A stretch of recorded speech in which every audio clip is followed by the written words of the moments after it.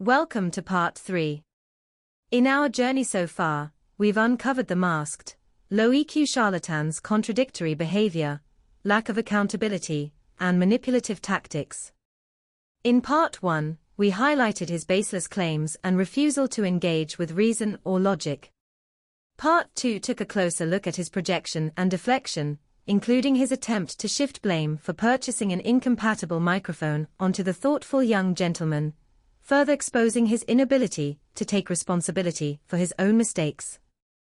Now, in part 3, we take an even deeper dive into his behavior, focusing on his justifications, his consistent failure to answer simple questions, and the true emotional motives behind his interrogation tactics.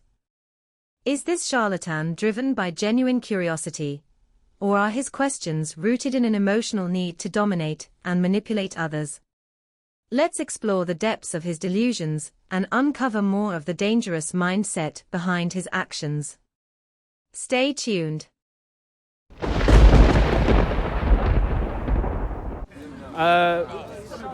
Sorry? Does it work on you? Oh, no, my one doesn't have a headphone jack. But you brought last time, you said... Yeah, my one works on Bluetooth. Oh. Sorry, thank you very much. You're very gentlemanly of you. So what is Oliver's the a good guy. conclusion here, sir? I have no idea what the...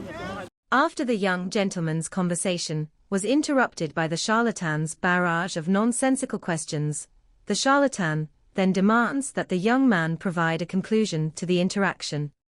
Confused, the young man, who never initiated or sought out this discussion, struggles to understand what conclusion the masked fool expects, as it was the charlatan's endeavor from the start. No, the idea here, I'll explain again. I, the big nose of London, have come here because people make claim. Their claim is based on their religion, right? And faith is different, by the way. Only religion, right? So I would like to know how they have come to that conclusion. The masked fool clarifies that his purpose is to challenge claims based on religious beliefs, a statement dripping with irony, as the young gentleman has already explained to the self-proclaimed big baby of London that he holds no religious views. Instead, his views are grounded in common sense, distinguishing between what is selfish and righteous. He also holds a simple belief in free will, rooted in his own ability to make choices. Both of these straightforward positions have inexplicably become points of contention for the charlatan, who dismisses them by claiming the young gentleman lacks reasoning, based entirely on the charlatan's own flawed beliefs. When they say, oh, I believe in Allah, I believe in Moses, and so on and so forth, right? I'd like to learn about their reasoning, logical. You can't just wake up and say, oh, like you do, you say, oh, I had a dream. It doesn't work like that. Dream is subjective. Yeah, I know it is. I'm not claiming it as objective fact. I don't think I did. Did I claim it as objective fact? You have done many times. You are mistaken sometimes the subjective and objective. Look, you'd have to prove that to me, but I have no idea what you're talking about exactly. I'll take it back if I have, but okay, I typically say my objective things is the righteous path and the selfish path. That's objective. Okay. My experience with God, subjective. My dreams, subjective. Where did you find right and wrong? Common sense, I told you. Then call it common sense. Don't say believe. You say believe. The charlatan persists in falsely claiming that the young gentleman is using his dream as objective proof for others. This is an outright lie. The young gentleman clearly explains his position, stating that his thoughts on the righteous and selfish paths are grounded in logic and reasoning derived from his life experiences, which he presents as objective. However, he acknowledges that his dreams or personal experiences of God are subjective. Displaying humility, the young gentleman asks the big nose for evidence to support his claims and even offers to retract any statements he may have made in error. The big charlatan baby of London further demonstrates his inability to listen, doubling down on falsehoods by claiming the young gentleman referred to his views as beliefs rather than common sense. This is demonstrably untrue, as evidenced in parts 1, 2, and 3. It becomes increasingly clear that the charlatan's primary goal is to manipulate the young gentleman into agreeing with him through deceit and misrepresentation. You call it the belief. What's the point of this? The point is, if you're saying belief, belief is to believe in something without proof, right? That is called faith or belief. Yeah, but if I'm using common sense, I can't Therefore, prove it. use common sense. This is my common sense. Yeah, but it's a I want belief to in share common it sense. with you. That's what Some you people should have say. different common sense to other people have different common sense. Common sense isn't always exactly the same. It depends on the level of information you have and the decisions that you've come to Okay, make with where that. do you experience common sense? Where? Where? In your brain, I guess. Thank you. In the brain, yes? So am I, this gentleman, and so on forth. That is called common sense. In the brain. Oh my God. What am I need to press it now. You need to get double-sided tape. No, this. No, if it's a bald. You've got a bald head on, and then you've got a mask, hat on top. It's just gonna keep getting blown off. You need to get double-sided tape. What? From here? No, double-sided tape. So you put the tape on the inside of the hat, on the rim, and then when you stick it, it's stuck with the tape. It Do they becomes need sticky. to sew it on the No, head? it's double-sided. So Oh, one side sticks to the hat, and the other side sticks to your head. The charlatan continues his attempt to explain beliefs, prompting the young man to clarify that he holds a belief in his common sense being correct, based on observable factors, even if the charlatan disagrees. The young man further acknowledges that people possess varying levels of understanding and that a baseline of common sense is not universal. Unable to address this thoughtful point, the charlatan deflects by asking a nonsensical question: where does common sense happen? This exemplifies the level of discourse one can expect from the charlatan, whose goal seems to be catching people off guard to impose his own flawed, manipulative programming rooted in domination and deceit. Despite the charlatan's antics, the young man remains composed and even helpful, offering practical advice about using double-sided tape, a gesture that, ironically, goes completely over the charlatan's head. Right. What's the conclusion, please? I have no idea. You're here to just basically destroy people's belief. But you have no belief of your own. No, not necessarily. Whoever makes the claim. I would never go to this gentleman and say, oh, what is your belief? No, that's childish. No, you go to the Muslims. No, sir. Even Muslim, I know lots of Muslim acts, by the way, they say no word here. Very respectful. This is one of them, by the way. He never makes any claim here. I've never seen. I don't know whether he's Christian or Muslim. I've never seen him, but yeah, that's cool. I No, he's believe been you. here most of the times anyway. So I've never gone to him and say, oh, what's your belief? Never. Okay. Because I don't know. He's never made Okay. any Well, claim. you did in the video I reviewed. In the video I reviewed, you went up to To someone. whom? To that chap? Yeah. That chap, earlier on, if you look, if you want, I will send you the other video. You will see he's in it. He's already had the discussion with me. Okay. So it was his turn to sort of be challenged, right? So I challenged him, right?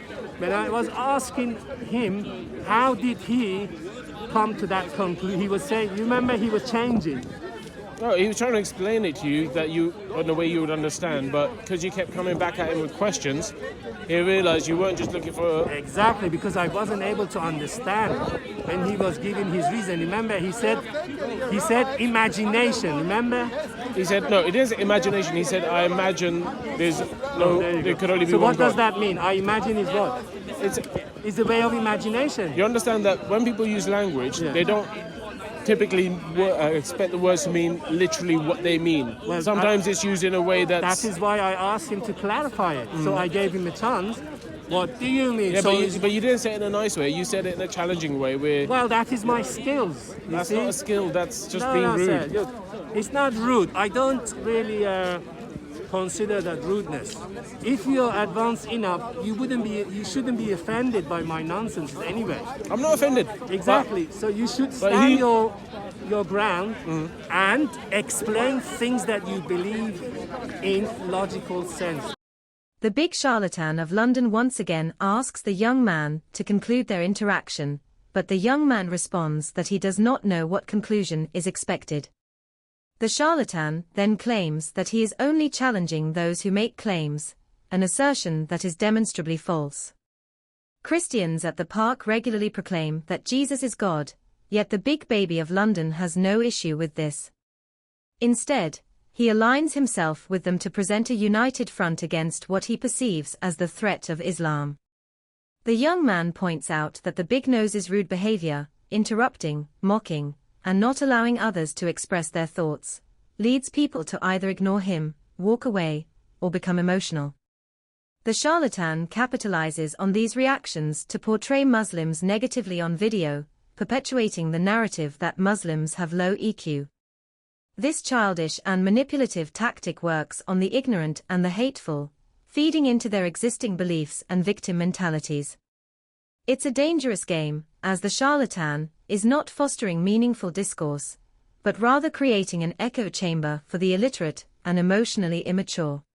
The charlatan has previously brought both a science book and a religious book to the park, posing a hypothetical question: which would you choose in an emergency? He claims he would choose the science book, arguing it is more helpful. The young man recognizes that this choice is rooted in the charlatan's belief and amounts to a claim that science is superior to religion. Curious about the charlatan's perspective, the young man decides to ask him directly about his beliefs and claims. Let's see how the big baby of London handles a thoughtful conversation when his own beliefs are brought to the table. So, do you believe in science? I have no belief. No, because you had the science book last time, yes? No, I brought a science asking people if they've... So I'm asking you, do you believe science is real? Well, what is science? Do you believe science is real? Sir, what is do you define believe... science? You had the science book, you know what science is. I found it in the street. The big baby of London absurdly claims he doesn't know what science is and then fabricates a story about finding the science book in the street. This illiterate, low EQ masked fool reveals his lack of reasoning and understanding through his own words, as beautifully demonstrated in this interaction. This individual is anything but sincere in his conversations, employing tactics often associated with Islamic Dawah teams, misrepresenting the truth and deflecting when confronted. Despite being unable to defend his own beliefs, he arrogantly assumes an authority to question and challenge others. This performance is nothing more than a hollow act from a man unwilling to engage in honest or meaningful dialogue. You know what science is? No, I don't. You don't know what science is? You explain to me, please. You don't know what science is? No, you explain. You are asking me the question. You don't know what science is, do you? Do you understand? I'm not going to educate you if you don't understand what science is. So if you explain to me, then I would know at you're a talking point where sense or nonsense. That's how it is. No. Yes. No. But you're asking me. You asked me. I don't. I said no. You don't know what science is? You explain to me, please. I don't need to. Exactly. Thank you. That's how you catch someone who does not know meaning, yes, and definition. So I've caught you as someone who doesn't. But you just prove that you have no understanding of definition or meaning. In this moment, the charlatan admits that I have caught him out as someone who lacks understanding of definitions and meanings, successfully exposing him for his ignorance. This level of self-awareness, or lack thereof, is truly astounding and would almost be laughable if this low EQ, illiterate individual wasn't so dangerous in spreading fear and hatred. In the next video, we'll wrap up this conversation analysis and uncover the true conclusion of this entire spectacle of ignorance. Stay tuned for part 4.